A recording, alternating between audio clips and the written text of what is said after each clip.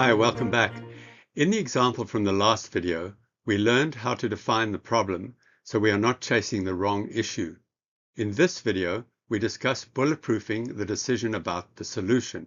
This video is a bit longer and more technical, but stay to the end to see how bulletproofing works and how it can help you. The situation was we had a car crash where one party, driver 1, was at fault, and compensation had to be resolved.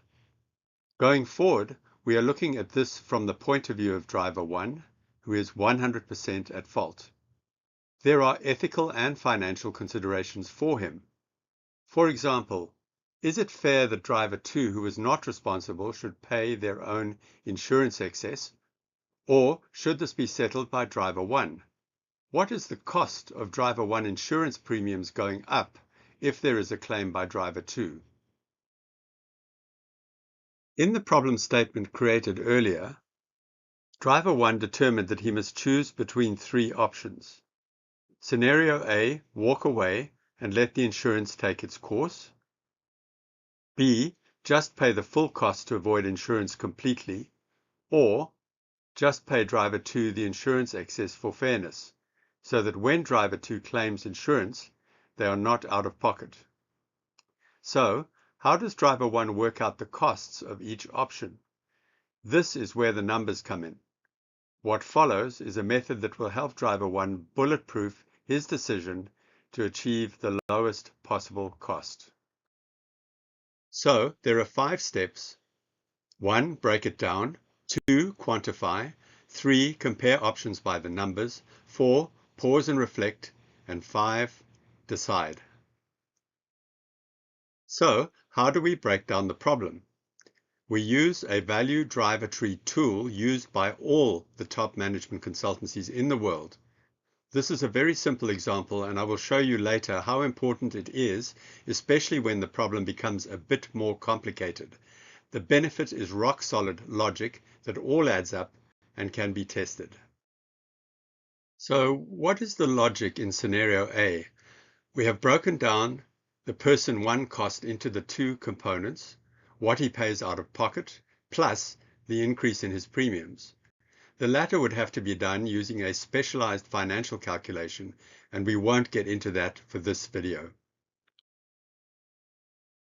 So now that we have the logic, we add the numbers. In this case, driver 2 will make the claim, and insurance companies will square up, thus increasing driver 1 premiums.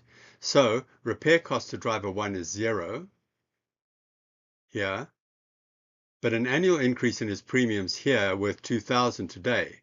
So if we go through the normal insurance process, cost to driver 1 is $2,000.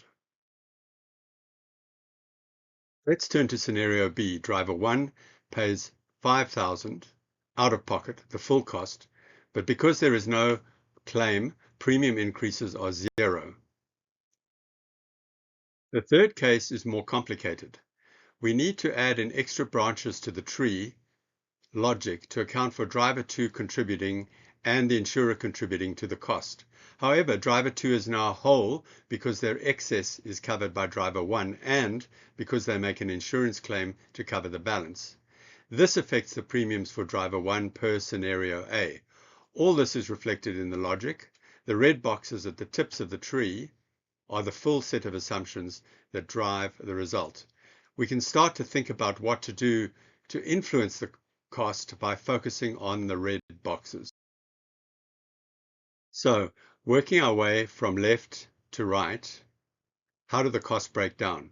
So driver 1 cost is a total of 4. This is made up of 2 for his portion of the repair cost, plus increase in his premiums. His portion of the repair cost is broken down by in terms of the total cost of 5, less how much of the cost is paid by the insurer, less how much of the cost is paid by driver 2, in this case 0, but that could change in a different scenario. The amount paid by the insurer can be broken down further into the total repair cost minus the excess. And the red boxes indicate the drivers that get us to the result of 4. Just take a moment and absorb this.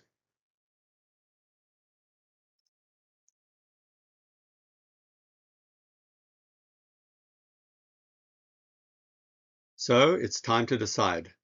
There are three different cost values. Well, driver 1 eliminates A because it's not fair on driver 2 based on his perceptions of right and wrong. Between B and C, B is the higher cost, so it's eliminated. That leaves C. What is the answer to the problem question? Total cost to driver 1 is $4,000. But is the problem solved? No. There is one further step.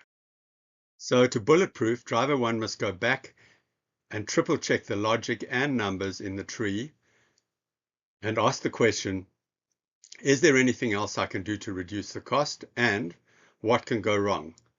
Here are some examples on the page. For example, does he need to get another quote? Is he sure that the excess of the driver 2 pair is only 2,000? And could he be sued for damages if he doesn't pay up fully for the entire cost? So now you know how to bulletproof your decisions using the same method as the best problem solvers in the world. Check the notes for a simple value driver tree tool to get you started. Remember, without being rigorous about the logic and the numbers, you're exposed to poor decisions which can affect you professionally and personally. See you soon.